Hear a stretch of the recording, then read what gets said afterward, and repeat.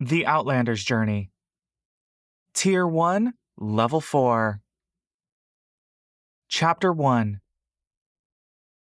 Dear High Priestess Vavina, it has been 5 months since Brother Ark and I left the temple to begin our journey. By the time this letter reaches you, it may be months more. I hope you and the acolytes are in good health. I plan to visit soon, now that spring has come. The world is much grander than I could have ever imagined. I feel as though I have only left yesterday, and yet I have experienced many, many lifetimes. We have seen so much of the land and its people already, expansive and beautiful, but also cruel and deadly. I have a great deal of news to share with you. Throughout my childhood, the temple has always kept me safe, and I am forever grateful to you for providing me with a home, a sanctuary. Your wisdom alone has revitalized the Everlight's name, and I have seen firsthand your influence on the people I have met on my travels. Many times, I wished to confide in you for guidance. Though I am currently safe, not all is well, and I am spiritually adrift. You have raised me to believe in the sanctity of all life. This is a foundational principle that I carry close to my heart, and I wish to uphold this ideal at all costs. As you already know, we visited Brother Taida in Eli last autumn. I am not sure if he disclosed this information to you, but the purpose of our visit was to assist with the conflicts between the townspeople and a tribe of orcs who call themselves the Nomads of Grumsh. These nomads were raiding the town in order to reclaim the land they believed was rightfully theirs. This description was, at least, what Brother Ark and I were initially told. Brother Taida was very generous and hospitable. His small inn served as a sacred location dedicated to the Everlight. However, we later came to discover that the situation with the nomads was much more complicated than we initially thought. If I am to write frankly, then I must admit that the truth has shaken me to my core. The town of Eli was run rampant by the Blue Lion Army, the very army that we have provided shelter to for the past few years. We learned from Brother Taida that this region sits atop an ancient aquifer that the nomads deem sacred. Every year, following the migration patterns of the bison, they travel to this aquifer to escape the harsh northern winters. However, this past autumn, with nowhere to settle anymore, they were condemned by New Everland's military to freeze to death in the harsh Great Plains. High Priestess Vavina, when you first explored these lands, did you encounter the nomads of Grumsh? Did you speak with any of them? And if so, what did you learn from them? If not, did you hear anything about them from the other forest folk? Our first mission was to escort Brother Taida in order to find these nomads. Though I tried to prepare my mind and heart for this initial meeting, I could never have anticipated what I witnessed. The nomads were forced to live hidden in a dark cave infested with bats and roaches. Their bodies were marred and disfigured from their battles with the better-equipped Blue Lion Army. Their arms were not only scarred by physical weapons, but many of them were burned alive by New Everland's magic, and, most devastatingly, many survivors were paralyzed by the horrible spider plague disease. I found out that their numbers were once near 1,000, but by the time we encountered them, there were fewer than 100 still alive.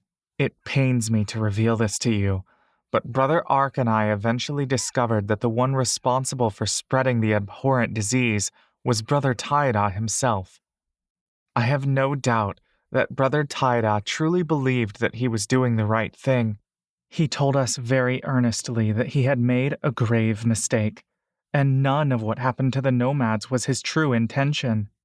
The Blue Lion Army tricked him into delivering tainted food and supplies to initiate a truce, but Brother Taida failed to check the gifts for poison and disease. I believe he assumed the supplies were safe because he himself did not fall ill while carrying them, but he forgot to consider that he has been inoculated while the nomads have never before encountered this plague. In his naivety, he condemned hundreds to their early deaths. High Priestess Vabina, how does the Everlight decide who is worthy of carrying her name? We mortals are so fallible, so capable of oversight, even with the best of intentions. Does that mean that she only grants her blessings to someone who is perfect? And not only perfect, but capable of seeing into the future? Does any person possess this depth of wisdom? I understand that the Everlight is a goddess of forgiveness, but can a mistake that kills hundreds truly be forgiven, even in her eyes? I myself committed an egregious error, High Priestess Vavina. When we encountered the nomads, we saw that there were 3 other individuals taking refuge with them, 2 men and a little girl. When we met them, they appeared to be a small family of furbolgs who were separated from their community and journeying back to the forest. After some heated discussion with the nomads, we agreed to escort everyone to the forest so that they had a safe, albeit temporary, shelter for the winter. During this long travel, however, I was shocked to discover that the girl and one of the men were actually elves in disguise. The clothing and mannerisms of the man in particular reminded me of a New Everlon citizens. I immediately grew suspicious of these unusual strangers, and I believed they may have nefarious intentions by pretending to be helpless outlanders.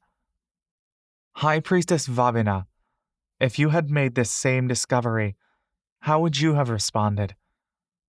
As we journeyed north, we were ambushed by the Blue Lion Army. They showed us no mercy, and they killed nearly all of the remaining nomads. I am extremely sorry to report that Brother Taida, too, was killed. Brother Ark and I barely survived. Even now, I am haunted by Brother Taida's fallen body. He was impaled by the shower of arrows that pierced his chest. To this day, I am still ashamed of my cowardice. I ran for my own life, and I could do nothing to help the many, many victims of that day, many of whom included the sick, injured, and elderly. With the remaining survivors, we were desperately on the run from the pursuing army.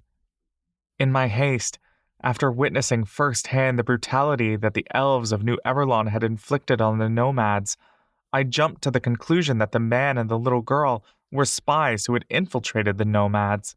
I believed that these 2 were secretly notifying the army of the nomads' whereabouts, which is what led to the ambush in the first place. I cast my judgment then and there, and I accused the 2 individuals.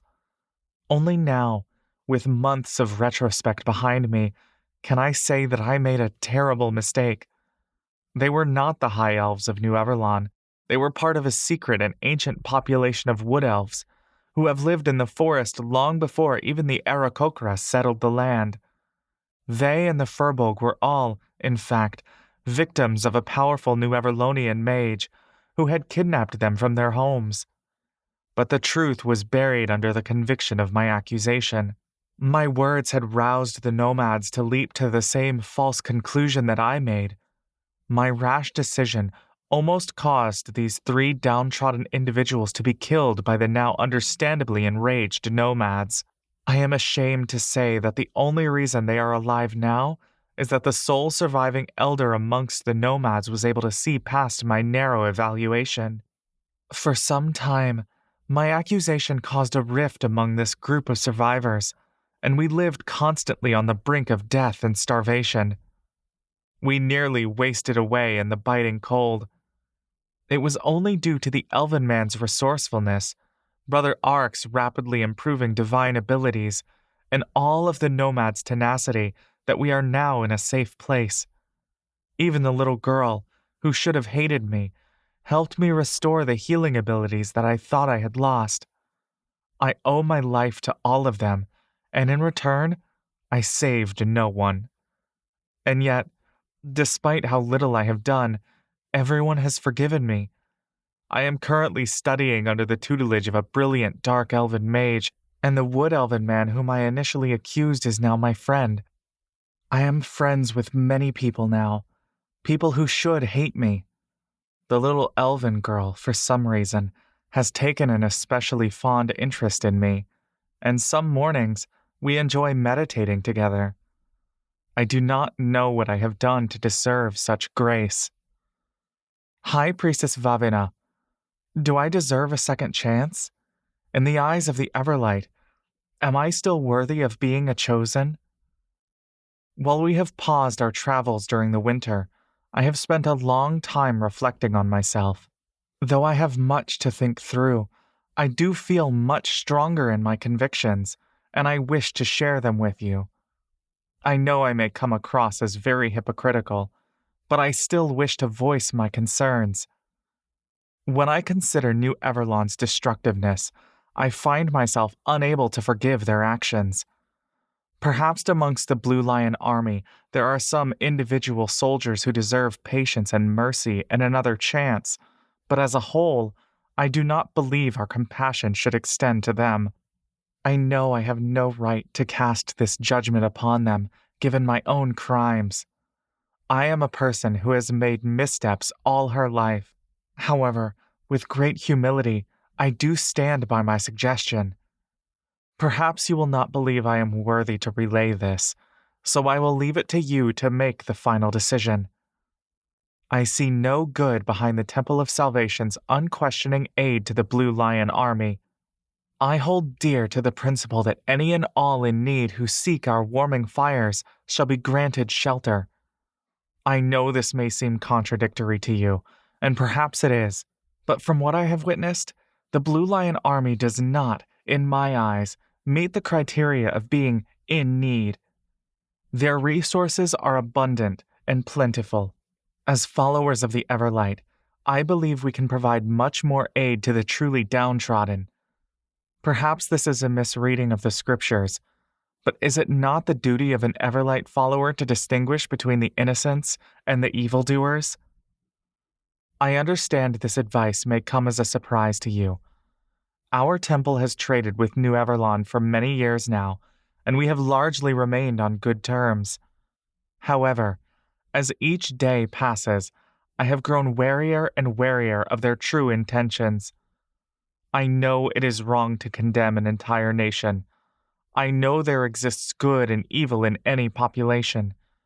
But when I think of what some of New Everlon's people have done in the name of their nation, I see them as nothing short of barbarous. High Priestess Vavina, I beg that you please reconsider our alliance with New Everlon. If it is food and supplies that we require, then I am sure we can find alternative sources from other nations.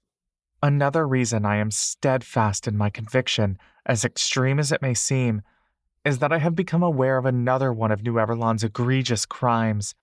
The dark elf that I currently train under is a formerly enslaved miner from the Theric family mining company, one of the 3 major mining companies of New Everlon. I am sure, as a dwarven woman from Harrington, you are all too familiar with this company's business practices. For nearly 20 years, my teacher has taken refuge in the INA. Many other Dark Elven refugees have escaped their enslavement by fleeing to the forest as well. I am ashamed to say that I never fully understood the scope and scale of their suffering until now. Though I have yet to visit their secret sanctuary, they now live in a small but thriving community, and every year, during the spring, summer, and autumn seasons, hundreds more refugees will brave the perilous journey through the Blue Forest Mountains. I shudder to imagine how desperate they must be to risk everything for a small chance at freedom. How awful their conditions must be as slaves haunts me at night. Knowing all this, I believe that in place of the shelter and food we provide the Blue Lion Army, we must instead look to shelter these refugees. Since our temple sits at the very edge of the mountains, we are an ideal stopping point for these migrants. We can feed them, house them, clothe them, and treat their wounds and diseases. Our actions here, I believe, will save many, many lives. Moreover, I have come to a fuller understanding of the importance of the forest, the role it plays in protecting all of the lands. While I have always known through your teachings that the INA has been blessed by Silvanus, only now do I see just how crucial his principles of balance and harmony are to the health of all living beings, including those presiding outside of the forest. I am devastated to inform you that the forest is currently in grave danger. The young Furbolg we traveled with has discovered that the home he was seeking is no longer habitable. Entire swaths of land are dying from a necrotic force that we do not comprehend. As a result, the Furbolgs of the northern region have had to migrate as well. And now, with both the Furbolgs and the nomads gone from their native homes, the North has no more stewards to protect the land and its flora and fauna. Our lives are in just as much jeopardy if we do nothing to combat the spread. I feel we must do our part to restore the homes of the nomads and the Furbolgs. Though they are welcome to stay in the safer areas of this forest indefinitely, we must bring them back to their true places of origin to ensure both their and our prosperity. I ask humbly that you please consider what our temple can do for them. High Priestess Vavina, I hope that in reading this candid letter, you will consider my perspective and act upon your great wisdom. With your lifetime of devotion to the Everlight, I trust that you will know what to do. I am not without flaws, and perhaps you will see my assessment as misguided. Perhaps you are already aware of all the problems I have shared.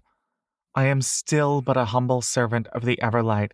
I am deeply ashamed of the errors I have made, though I seek to redeem myself through my good deeds. I hold many ambitious goals for myself as I complete this journey, and now I have a clearer picture of what it is I must do. There is another bit of news I must share with you.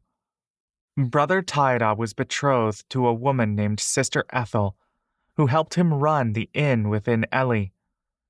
I know that she was never a true member of the temple, but would it be possible for you to find a way to bring her in? I do not know if it is already too late, but she may be in grave danger if she stays much longer in Eli. Please extend my deepest apologies to her for failing to protect the man she loves. I am deeply sorry that I do not have more uplifting news to share with you, but I hope you can take some solace in learning about Brother Ark's progress. He has grown remarkably, and his powers and magical abilities extend beyond anything I have even imagined possible in this short time. Moreover, he possesses a soul much wiser than my own. Soon, his connection with the Everlight will surpass all of ours, and he will be the one teaching us. I believe we are in the midst of the next great prophet. Rest assured, I have not given up, despite my missteps. I am learning new skills every day. I am still practicing the forms daily, and through this, I have discovered new abilities of my own. I hope to show you soon. Thank you again for all that you have taught me. I await your response and advice. With sincerity, Sister Errol.